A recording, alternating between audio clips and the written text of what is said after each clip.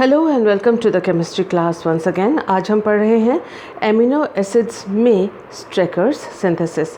Straker synthesis एक important name reaction है और इसके द्वारा अल्फ़ा एमिनो एसिड का संश्लेषण या सिंथेसिस किया जाता है।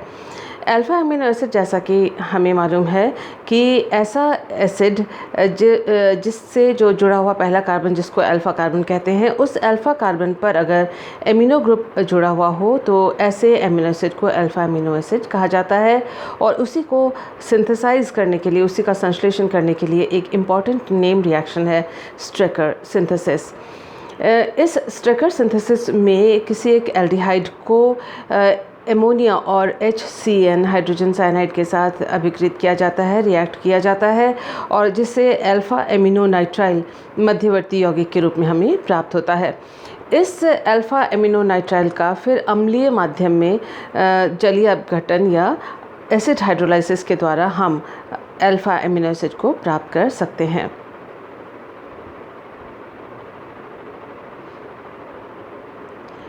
स्ट्रेकर सिंथेसिस का जो ओवरऑल रिएक्शन है उसको हम इस प्रकार से दिखा सकते हैं। देखिए, एल्डिहाइड से हमने इस रिएक्शन को शुरू किया है, अमोनिया और हाइड्रोजन साइनाइड के साथ रिएक्शन करवाया है एल्डिहाइड का, और उससे हमें मिला है अल्फ़ा एमिनो नाइट्राइल। इस अल्फ़ा एमिनो नाइट्राइल का एसिड हाइड्रोलिसिस किया गया है जलीय माध्यम में, किसी भी अम्ल के साथ एसिड हाइड्रोलिसिस किया जाता है, जिससे कि अल्फ़ा एमिनो एसिड उत्पाद के रूप में प्राप्त होता है।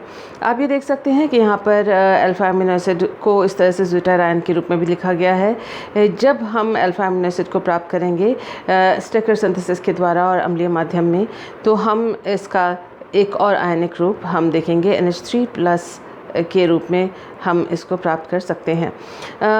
जो एमिनो एसिड के ऊपर जो आवेश होते हैं वो किस प्रकार के आवेश होते हैं, वो इस बात पर निर्भर करता है कि pH, माध्यम का जो pH है वो किस प्रकार से है। इसके बारे में आगे हम नेक्स्ट वीडियो में हम जानकारी प्राप्त करेंगे कि किस pH में किस प्रकार का चार्ज एमिनो एसिड के ऊपर होता है। आइए देखते हैं इस स्ट्रेकर सिंथेसिस का मैकेनिज़्म। इस मैकेनिज़्म के पहले स्टेप में फॉर्मेशन ऑफ इमीन, यानी पहले स्टेप में इमीन का निर्माण होता है। हम देख रहे हैं कि जो रिएक्शन है वो एल्डिहाइड से शुरू हुआ।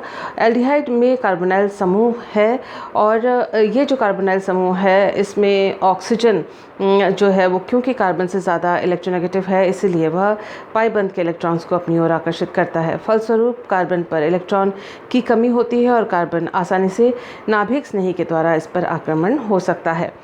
परंतु यदि, क्योंकि हम इस रिएक्शन को एक अम्लीय माध्यम में कर रहे हैं, यहाँ हम देख सकते हैं NH3 यानी अमोनिया और HCN, एमोनिया और HCN के उपस्थिति में अभिक्रिया हो रही है। HCN में जो H है वो NH3 के साथ जुड़ जाता है और NH4+ के रूप में, जो कि यहाँ पर अलग करके हाइड्रोजन को दिखाया गया है ताकि अभिक्रिया को समझने में आसानी हो। इस प्रकार से माध्यम में उपस्थित रहते हैं, और ये जो प्रोटॉन है उसके साथ कार्बोनाइल कार्बन का जो ऑक्सीजन है अपने लोन पेयर ऑफ इलेक्ट्रॉन के द्वारा उसके साथ बंध बना रहा है। साथ ही देखते हैं कि जैसे ही ऑक्सीजन और हाइड्रोजन के बीच में बंध बनेगा, हाइड्रोजन क्योंकि दो बंध यहाँ नहीं बना सकता, तो हाइड्रोजन और नाइट्रोजन के बीच का जो बंध है उसके इलेक्ट्रॉन्स नाइट्रोजन के ऊपर चले जाते हैं, और नाइट्रोजन के ऊपर चले जाने पर इन दोनों के बीच का बंध जो है वो टूट जाता है। और इस प्रकार से हम देख सकते हैं NH4+ जो यहाँ था उससे NH3+ वापस मुक्त होकर विलयन में आ जाता है, और O और H, ऑक्सीजन और हाइड्रोजन के बीच में एक नया बंध बनता है, जो कि यहाँ पर प्रदर्शित किया गया है। हम अब देख रहे हैं कि जो OH+, क्योंकि ऑक्सीजन पे 3 बंध हो गए और ऑक्सीजन के ऊपर प्लस चार्ज आ गया, हमने देखा। और हमें ये भी मालूम है कि जो C+O है उसमें एक सिग्मा बॉन्ड है और एक पाई बॉन्ड है। हमें ये भी मालूम है कि जो पाई बॉन्ड होता है वो दुर्बल होता है, और इसी कारण से ऑक्सीजन ज़्यादा इलेक्ट्रोनेगेटिव, अधिक विद्युत ऋणी होने के कारण पाई बंध के इलेक्ट्रॉन्स को अपनी ओर आकर्षित कर रहा है, क्योंकि इस पर इलेक्ट्रॉन की कमी है, और अपने इलेक्ट्रॉन को पूरा करने के लिए यह पाई बंध के इलेक्ट्रॉन्स को अपनी ओर, कार्बोनाइल ग्रुप के पाई बॉन्ड को अपनी ओर खींच रहा है। ऐसा होते ही जो ये कार्बोनाइल कार्बन है वो बहुत अधिक इलेक्ट्रोफिलिक हो जाता है। यहाँ जितना अधिक इलेक्ट्रोफिलिक था उससे भी अधिक इस स्थिति में आ जाता है, और इसी वजह से जो प्रोटोनेटेड एल्डिहाइड है उस पर नाभिक स्नेही आक्रमण आसानी से हो सकता है। नाभिक स्नेही आक्रमण इस अवस्था में भी कार्बन पर हो सकता है, परंतु उससे भी अधिक तीव्रता से इस अवस्था में हो सकता है जहाँ की जो एल्डिहाइड है वो प्रोटोनेटेड है या प्रोटोनीकृत किया हुआ है। अब इस स्टेप में देखिए न्यूक्लियोफाइल, क्योंकि नाइट्रोजन के ऊपर लोन पेयर ऑफ इलेक्ट्रॉन है, इलेक्ट्रॉन इसमें अधिक है, तो इस अबंधित इलेक्ट्रॉन युग्म के द्वारा वह कार्बोनाइल कार्बन के ऊपर न्यूक्लियोफिलिक अटैक करता है। फलस्वरूप कार्बन के ऊपर 5 बंध हो जाएंगे, जो कि संभव नहीं है क्योंकि कार्बन और नाइट्रोजन के बीच एक नया बंध बनेगा, जो कि यहाँ आप देख रहे हैं बना हुआ है। और इसी वजह से जो पाई बॉन्ड के इलेक्ट्रॉन्स हैं ऑक्सीजन अपनी ओर खींच रहा है, तो ये डबल बॉन्ड जो है वो सिंगल बॉन्ड में इस प्रकार से परिवर्तित हो गया। तो अब हम देखते हैं जो sp2 हाइब्रिडाइज्ड कार्बन यहाँ था वो sp3 हाइब्रिडाइज्ड कार्बन में यहाँ पर चेंज हो गया है, और साथ ही कार्बन पर 4 बंध हो गए हैं, 4 सिग्मा बंध हो गए हैं, और एक OH ग्रुप वो यहाँ, ये R ये रहा, ये हाइड्रोजन ये रहा, और जो NH3 इसके साथ नया बंध इसने बनाया है वो NH3 यहाँ पर है। NH3 पर क्योंकि 4 बंध नाइट्रोजन के ऊपर हो गए हैं, इसलिए नाइट्रोजन के ऊपर आ गया है प्लस चार्ज।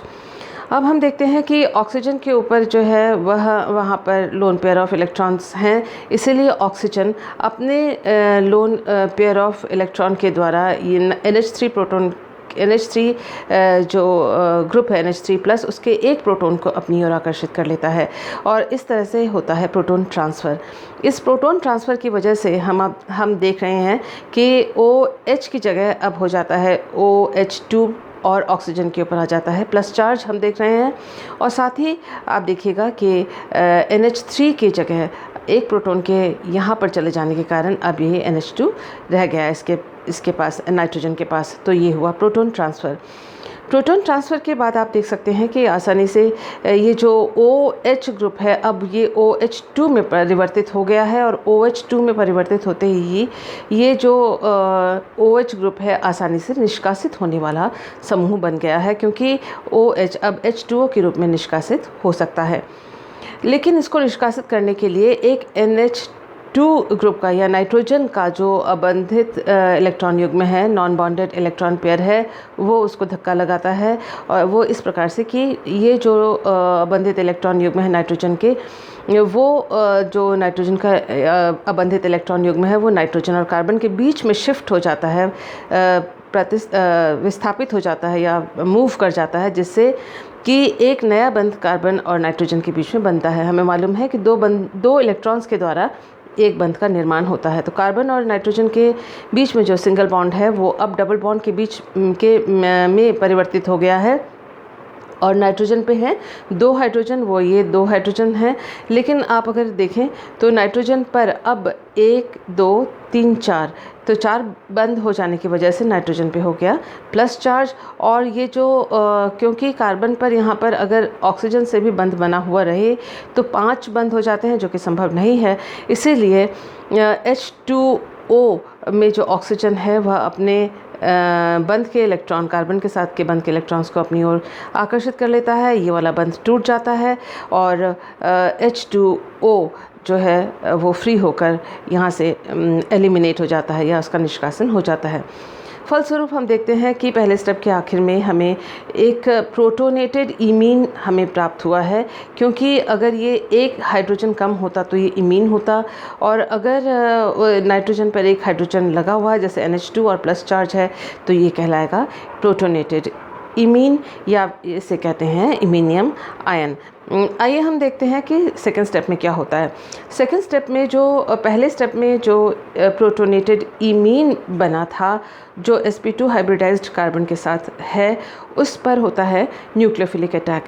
माध्यम में जो रिएक्शन माध्यम है, रिएक्शन मीडियम है, उसमें HCN का CN- उपलब्ध है, जो कि इस कार्बन पर एक न्यूक्लियोफिलिक अटैक करता है। देखिए ये जो कार्बन है वह एल्डिहाइडिक कार्बन से प्राप्त हुआ कार्बन है। एल्डिहाइडिक कार्बन अब इस वक्त sp2 हाइब्रिडाइज्ड कार्बन है और उस पर NH2 ग्रुप जुड़ा हुआ है, जो कि पहले स्टेप के आखिर का नतीजा था।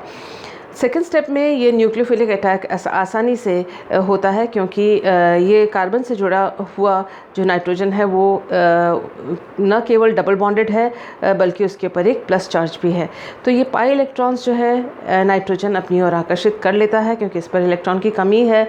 और पाई इलेक्ट्रॉन जैसे ही वो नाइट्रोजन अपनी ओर आकर्षित करता है तो जो कार्बन है sp2 हाइब्रिडाइज्ड कार्बन, जो एल्डिहाइड कार्बन था, वो और अधिक इलेक्ट्रोफिलिक हो जाता है और जिस वजह से न्यूक्लियोफाइल का आक्रमण आसान हो जाता है। इसमें इलेक्ट्रॉन की अधिक कमी हो जाती है, बहुत कमी हो जाती है, क्योंकि पाई बॉन्ड के इलेक्ट्रॉन्स जो हैं वो नाइट्रोजन की ओर आकर्षित हो जाते हैं, जिसके वजह से जो ये न्यूक्लियोफिलिक अटैक है Cn- के द्वारा वो आसान हो जाता है। हम देखते हैं कि जो ये sp2 हाइब्रिडाइज्ड कार्बन है वो sp3 हाइब्रिडाइज्ड कार्बन में परिवर्तित हो जाता है, और ये जो Cn है ये तल के ऊपर से और तल के नीचे से दोनों प्रकार से, दोनों दिशाओं से इस sp2 हाइब्रिडाइज्ड कार्बन पर आक्रमण कर सकता है। फलस्वरूप sp2 से जब ये sp3 कार्बन में परिवर्तित होता है यह यौगिक, तो हम देखते हैं कि जो अल्फ़ा एमिनो नाइट्राइल बना है इसमें जो ये कार्बन है वो कायरल कार्बन बन जाता है। और क्योंकि दो विपरीत दिशाओं से, तल के ऊपर और तल के नीचे से इस कार्बन पर आक्रमण हो सकता है, तो हमें DL मिक्सचर, यानी ये ऐसे दो 50% एक आइसोमर और 50% दूसरा प्रतिबिंब रूप हमें प्राप्त होता है, और ये एक रेसिमिक मिक्सचर हमें उत्पाद के रूप में प्राप्त होता है। तो ये जो रेसिमिक मिक्सचर है इसमें से किसी एक जो मॉलिक्यूल को लेकर हम आगे नेक्स्ट स्टेप हम देखेंगे। और नेक्स्ट स्टेप ये जो है हाइड्रोलिसिस, और हाइड्रोलिसिस जो है वो एमिनो एसिड बनने का जो स्टेप है, ये आखिर में ये दोनों D और L, डेक्स्ट्रो और लीवो, या आप कह सकते हैं D और L जो आइसोमर से दोनों ही प्रदर्शित करते हैं। तो आखिरी स्टेप में acid hydrolysis of alpha amino nitrile to obtain alpha amino acid. तो अल्फा एमिनो नाइट्राइल का जो है हाइड्रोलिसिस होगा। किस प्रकार से हो रहा है? होने अंत में जो है रेसिमिक मिश्रण मिलेगा हमको, क्योंकि दोनों ही आइसोमर जो हैं वो जो कि 50 और 50% उपस्थित हैं मॉलिक्यूल मिक्सचर में, दोनों ही रिएक्ट करके इस तरह से एक मिश्रण हमें प्रदान करेंगे। लेकिन ये किस प्रकार से होगा, आइए हम इसका मैकेनिज़्म देखते हैं। देखिए आपके स्क्रीन पे है hydrolysis of nitrile, acid hydrolysis है, और ये हाइड्रोलाइसिस जो है वो एक्वस एसिड के द्वारा किया जाता है। एसिड कोई भी लिया जाएगा और वह एक्वस होता है, यानी जलीय विलयन, यानी डाइल्यूट एसिड के द्वारा हाइड्रोलाइसिस ये होता है। ये मैकेनिज़्म आपको भले ही बड़ा लगे, लेकिन जब आप इसको ध्यान से करेंगे और स्टेप बाय स्टेप करेंगे तब देखेंगे कि ये बहुत आसान है। यहाँ देखिए जो एल्डिहाइडिक कार्बन था, पहले एल्डिहाइड जो जिससे हमने शुरुआत की थी रिएक्शन की, उस एल्डिहाइड कार्बन का R और H ये दोनों हैं। उस एल्डिहाइडिक कार्बन में जो C डबल बॉन्ड O था, उसकी जगह यहाँ पर NH2 जुड़ा हुआ था, जो कि हमने इससे पहले वाले स्टेप में देखा है। और साथ ही हमने देखा है कि इसी एल्डिहाइडिक कार्बन पर एक CN ग्रुप भी जुड़ गया है आकर। तो ये है अल्फा एमिनो नाइट्राइल। इस नाइट्राइल अल्फा एमिनो नाइट्राइल में C ट्रिपल बॉन्ड N है। ये जो कार्बन है नाइट्राइल का, यह COOH ग्रुप में परिवर्तित होगा, ये COOH में परिवर्तित होगा। और लेकिन इसको COOH में परिवर्तित करने के लिए हमें यहाँ से नाइट्रोजन को हटाना होगा। नाइट्रोजन में 3 बंध हैं, जो इस ग्रुप में 3 बंध हैं नाइट्रोजन के, जो कार्बन से बॉन्डेड है। और इन तीनों बॉन्ड्स में अगर हाइड्रोजन लगा दिया जाता है, यानी 3 हाइड्रोजन अगर नाइट्रोजन को मिल जाते हैं, तो नाइट्रोजन जो है यहाँ पर से इस जगह से कार्बन से दूर निष्कासित किया जा सकता है, या इसको एलिमिनेट किया जा सकता है। तो जैसे जैसे प्रोटॉन नाइट्रोजन के साथ जुड़ता चला जाएगा, वैसे वैसे कार्बन और नाइट्रोजन के बीच में एक एक बॉन्ड घटता हुआ चला जाएगा। साथ ही जैसे ही नाइट्रोजन के ऊपर प्रोटॉन जुड़ता चला जाएगा, वैसे ही कार्बन के ऊपर ऑक्सीजन का बंध भी बनता चला जाएगा। और ये पूरा मैकेनिज़्म है। स्टेप बाय स्टेप आप देखिए, बहुत आसान है। देखिए सबसे पहले हम ये बता दें कि क्योंकि ये एक्वस एसिड यानी जलीय अम्ल में होता है, तो यहाँ पर अम्ल कोई भी ले सकते हैं, अम्ल HX मान लीजिए हमने लिया, तो उस X का जो X माइनस आयन है वो यहाँ दिखाया गया है, और जो H है वो वाटर के साथ H3O+ के रूप में यहाँ प्रदर्शित किया गया है। H3O+ को हमने H2O और H को अलग लिखा है ताकि अभिक्रिया की क्रियाविधि यानी रिएक्शन मैकेनिज्म को समझने में आसानी हो। तो दिस इज़ H3O+। इसमें आप देखिए ऑक्सीजन के ऊपर है प्लस चार्ज। अब नाइट्रोजन के ऊपर है लोन पेयर ऑफ इलेक्ट्रॉन, अबंधित इलेक्ट्रॉन युग्म, जिसकी वजह से वह H3O+ के एक प्रोटॉन के साथ वो बंध बना सकता है, और इसी वजह से ऑक्सीजन और हाइड्रोजन के बीच का जो बंध है उसके इलेक्ट्रॉन्स H3O+ के जो ऑक्सीजन है अपनी ओर ले लेता है, और ये बंध, क्योंकि दोनों ही बंध ऑक्सीजन के ऊपर, दोनों ही इलेक्ट्रॉन्स ऑक्सीजन के ऊपर चले गए, इसी वजह से ऑक्सीजन और हाइड्रोजन के बीच में जो बंध है वो टूट जाता है। तो ये बंध टूट गया और यहाँ एक नया बॉन्ड बन गया। तो हम देखते हैं N के साथ H यहाँ जुड़ा हुआ है, और जो H3O+ है वो अब इसमें से H2O होकर निकल आया। इसके साथ ही एक और भी यहाँ पर हमारे पास ग्रुप है, that is NH2। NH2 group में नाइट्रोजन के ऊपर लोन पेयर ऑफ इलेक्ट्रॉन है, और क्योंकि माध्यम अम्लीय है और ये NH2 ये क्षारीय है, लोन पेयर ऑफ इलेक्ट्रॉन है, तो इसलिए इसके ऊपर भी एक प्रोटॉन आ जाता है। तो ये जो NH3+ है ये भी प्रोटोनीकृत हो जाता है। लेकिन NH3+ जो प्रोटोनीकृत होता है वो निष्कासित नहीं होगा। इस वक्त क्यों ऐसा है वो हम आपको एंड स्टेप में आकर बताएंगे। तो ये देखिए जो नाइट्रोजन CN जो ट्रिपल बॉन्डेड था, उस नाइट्रोजन के ऊपर एक और हाइड्रोजन आ गया है, जिसकी वजह से नाइट्रोजन के ऊपर हो गया है 4 बॉन्ड्स, एंड इसीलिए नाइट्रोजन के ऊपर आ गया है प्लस चार्ज। नाइट्रोजन के ऊपर प्लस चार्ज आ गया है। कार्बन की तुलना में नाइट्रोजन इलेक्ट्रोनेगेटिव ज़्यादा है, विद्युत ऋणी ज़्यादा है, इसलिए पाई बॉन्ड के इलेक्ट्रॉन उसने अपनी ओर खींचे। पाई बॉन्ड के इलेक्ट्रॉन्स जैसे ही नाइट्रोजन अपनी ओर खींचे, जो कार्बन है उस पर इलेक्ट्रॉन की कमी हो गई, ये इलेक्ट्रोफिलिक हो गया, इलेक्ट्रॉन्स नहीं हो गया। इसलिए जो वाटर मॉलिक्यूल है वो उसके जो ऑक्सीजन हैं अपने इलेक्ट्रॉन्स के द्वारा कार्बन के ऊपर एक न्यूक्लियोफिलिक अटैक, न्यूक्लियोफिलिक एडिशन या न्यूक्लियोफिलिक नाभिक नहीं योगात्मक अभिक्रिया इसके ऊपर करते हैं। फलस्वरूप हम देख रहे हैं कि ये जो नाइट्राइल का जो कार्बन है उसके साथ ये ऑक्सीजन बॉन्ड इसने बनाया कार्बन के साथ, और ये रहा OH2 का बॉन्ड नाइट्रोजन के साथ, या कह सकते हैं H2O का बॉन्ड कार्बन के साथ, ये नया बॉन्ड बन गया है। और देख सकते हैं कि ऑक्सीजन ने क्योंकि 3 बंध बनाया है इसलिए उसके पर एक पॉजिटिव चार्ज आ गया है। अब निकट में ही उसी कार्बन से जिस पर ऑक्सीजन जुड़ा हुआ है उसी कार्बन से नाइट्रोजन भी जुड़ा हुआ है डबल बॉन्डेड, और इस नाइट्रोजन के ऊपर एक है lone pair of electrons.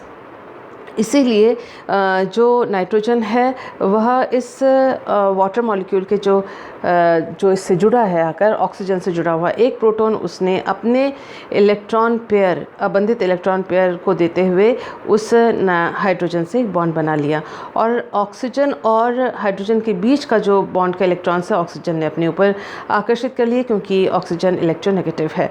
Oxygen electronegative है, ये बंध टूट जाता है क्योंकि बंध के इलेक्ट्रॉन्स, ऑक्सीजन हाइड्रोजन बंध के इलेक्ट्रॉन्स जो हैं, इस ऑक्सीजन हाइड्रोजन बंध के इलेक्ट्रॉन्स को ऑक्सीजन अपनी ओर खींच लिया।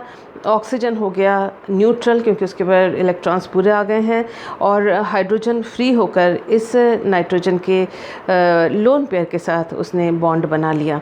अब नाइट्रोजन के ऊपर हो गए कुल 4 बॉन्ड, 2 हाइड्रोजन के साथ, 2 कार्बन के साथ, और नाइट्रोजन के ऊपर आ गया फिर दोबारा प्लस चार्ज। आप देख सकते हैं कि इस स्टेप में प्रोटॉन ट्रांसफ़र हुआ है। प्रोटॉन OH से लेकर नाइट्रोजन पर ट्रांसफ़र हुआ है, नाइट्रोजन से OH से नाइट्रोजन पर ट्रांसफ़र हुआ है। तो इस स्टेप को कहते हैं प्रोटॉन ट्रांसफ़र।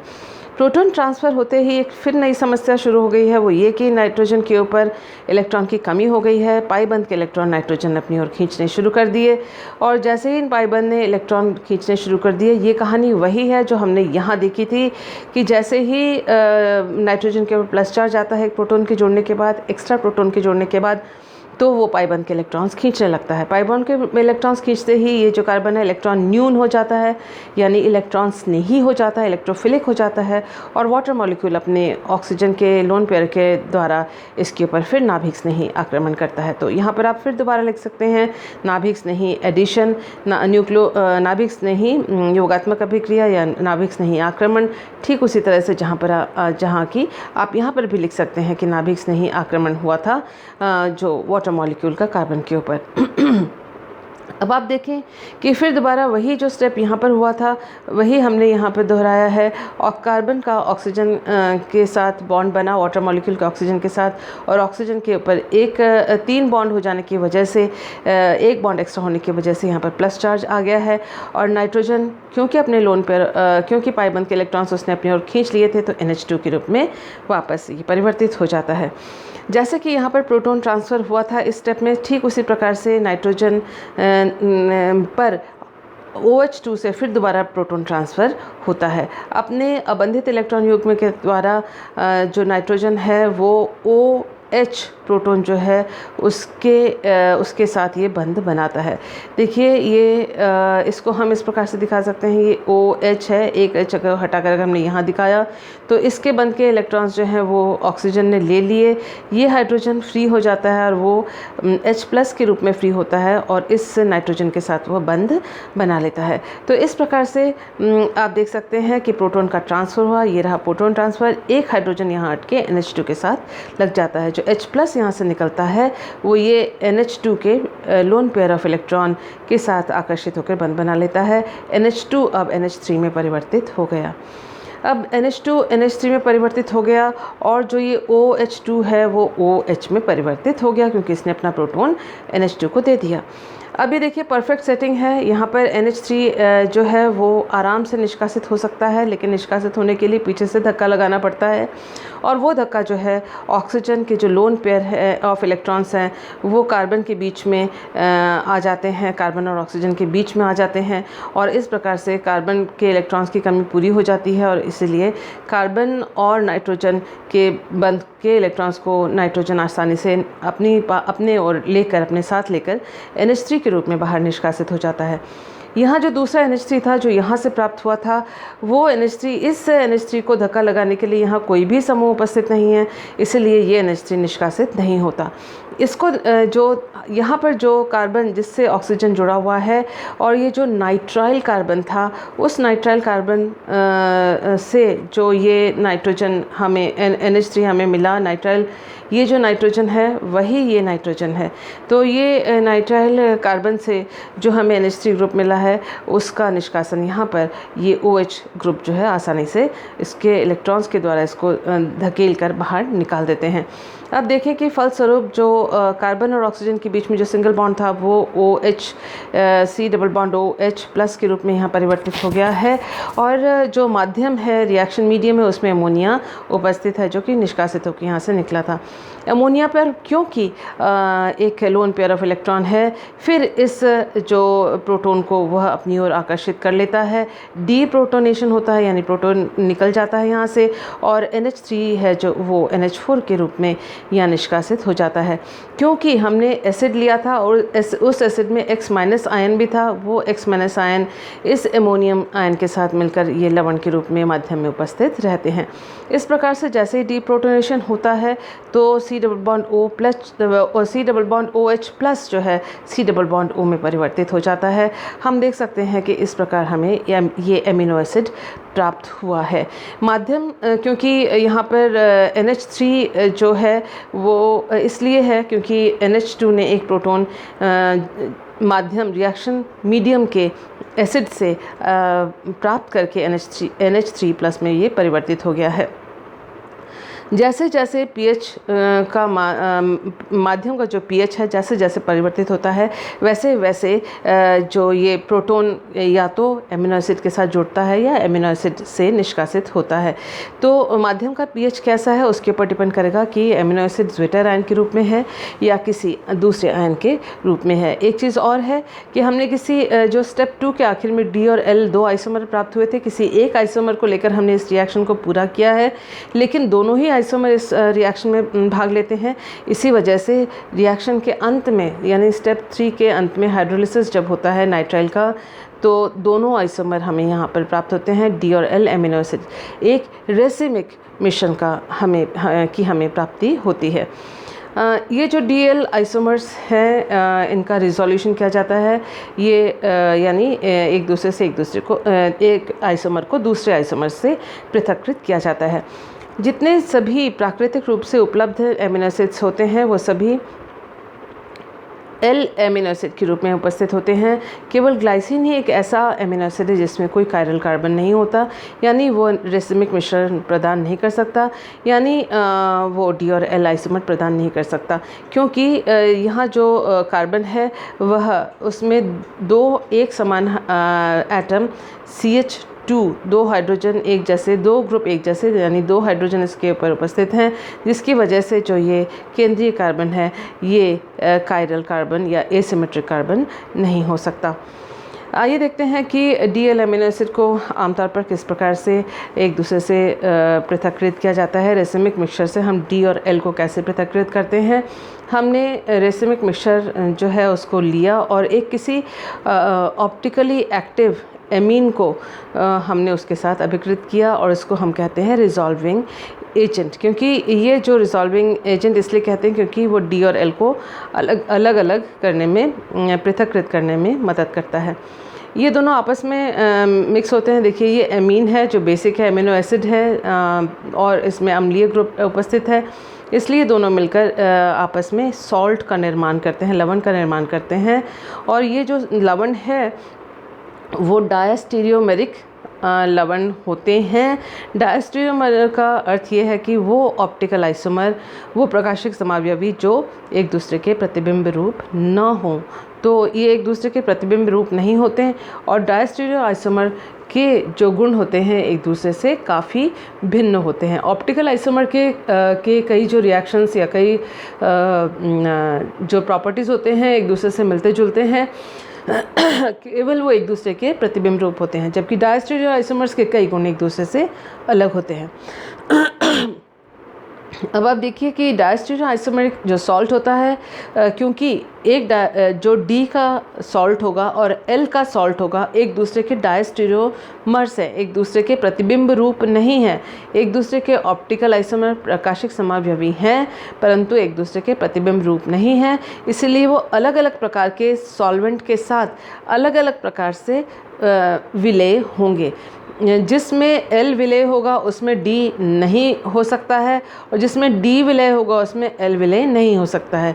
इसके अलावा अलग अलग ताप पर अलग अलग विलयता ये प्रदर्शित करते हैं, जिसकी वजह से उनको एक दूसरे से क्रिस्टली अलग अलग कंडीशन में अलग अलग विलायकों के द्वारा अलग अलग प्रकार से क्रिस्टलीकृत किया जा सकता है। यानी किसी एक कंडीशन में अगर D क्रिस्टलीकृत हो रहा है तो L जो है वो विलयन में ही पड़ा रहेगा और दूसरे किसी कंडीशन में दूसरे किसी विलायक के द्वारा L का क्रिस्टलीकृत L को क्रिस्टलाइज किया जा सकता है, जबकि D क्रिस्टलाइज नहीं होगा, यानी उसके डायस्टीरियो आइसोमेरिक सॉल्ट क्रिस्टलाइज नहीं होंगे। तो इस प्रकार से एक दूसरे को हम रेसिमिक मिक्सचर से अलग कर सकते हैं। आइए देखते हैं स्ट्रेकर सिंथेसिस के कुछ मॉडिफिकेशंस। देखिए स्ट्रेकर सिंथेसिस में हम HCN का इस्तेमाल करते हैं, जिसको हैंडल करना, जिससे काम करना थोड़ा मुश्किल होता है। तो पहला मॉडिफिकेशन दिया था एर्लेनमायर ने और इस विधि को कहते हैं एर्लेनमायर मॉडिफिकेशन ऑफ स्ट्रेकर सिंथेसिस। इसमें जो है सबसे पहले एल्डिहाइड का जो रिएक्शन है वो HCN के साथ किया जाता है, जबकि स्ट्रेकर सिंथेसिस में हमने देखा सबसे पहले उसका रिएक्शन एमोनिया के साथ किया जाता है। तो इसका जस्ट रिवर्स है, पहले HCN के साथ रिएक्शन करवाया, फिर एमोनिया के साथ रिएक्शन कराया और जो अल्फा एमिनो नाइट्राइल मिला उसका एसिड हाइड्रोलाइसिस ठीक उसी प्रकार से किया जैसे कि हमने स्ट्रेकर सिंथेसिस में किया था। नेक्स्ट जो मॉडिफिकेशन है वो ज़ेलेंस्की स्टेडनिकॉफ मॉडिफिकेशन के नाम से जाना जाता है। इसमें भी क्योंकि HCN बहुत पॉइजनस है, इसलिए इस जो मेथड में थोड़ा और आगे डेवलप्ड मेथड है। इसमें NH4Cl और NaCN यानी अमोनियम क्लोराइड और सोडियम साइनाइड के साथ एक ही स्टेप में एल्डिहाइड का रिएक्शन करवा लिया जाता है। ये जो NH4Cl और NaCN है, ये अंततः जाके जो NH3 और हाइड्रोजन साइनाइड प्रदान करते हैं, और जो बीच में जो बनने वाला यौगिक है वो है NH4CN। तो अंततः रिएक्शन इन दोनों रिएजेंट्स के साथ ही होती है, लेकिन जो इनिशियल रिएजेंट जिनको आसानी से हम हैंडल कर सकते हैं वो है अमोनियम क्लोराइड और सोडियम साइनाइड, उनका इस्तेमाल यहाँ पर किया गया है। तो ये modification Zelinsky Stadnikoff modification of Strecker synthesis के नाम से जाना जाता है।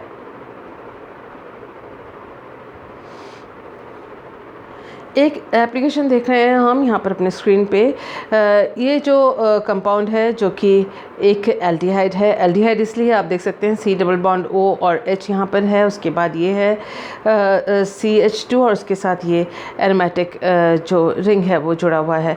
इसका NH4CN के साथ, जैसे अभी हमने देखा है जो ज़ेलेंस्की स्टेडनिकॉफ मॉडिफिकेशन है उसमें NH4CN का यूज़ हुआ है, तो उसमें NH4CN के साथ और एसिड हाइड्रोलिसिस और हीट के द्वारा इस रिएक्शन को किया गया। तो ये स्ट्रेकर सिंथेसिस ही है जो इस प्रकार से लिखा हुआ है, और जिससे ये यौगिक हमें मिल रहा है। देखिए ये अल्फा एमिनो एसिड है, अल्फा कार्बन पर NH2 ग्रुप जुड़ गया है और ये DL डोपा हमें उत्पाद के रूप में मिलता है। ये एक इम्पॉर्टेंट कंपाउंड इसलिए है क्योंकि इसका जो L आइसोमर है वह पार्किंसंस डिजीज़ जो होता है उसके उपचार के लिए, उसके ट्रीटमेंट के लिए ये इसका L आइसोमर एक मेडिसिन के रूप में काम में लिया जाता है।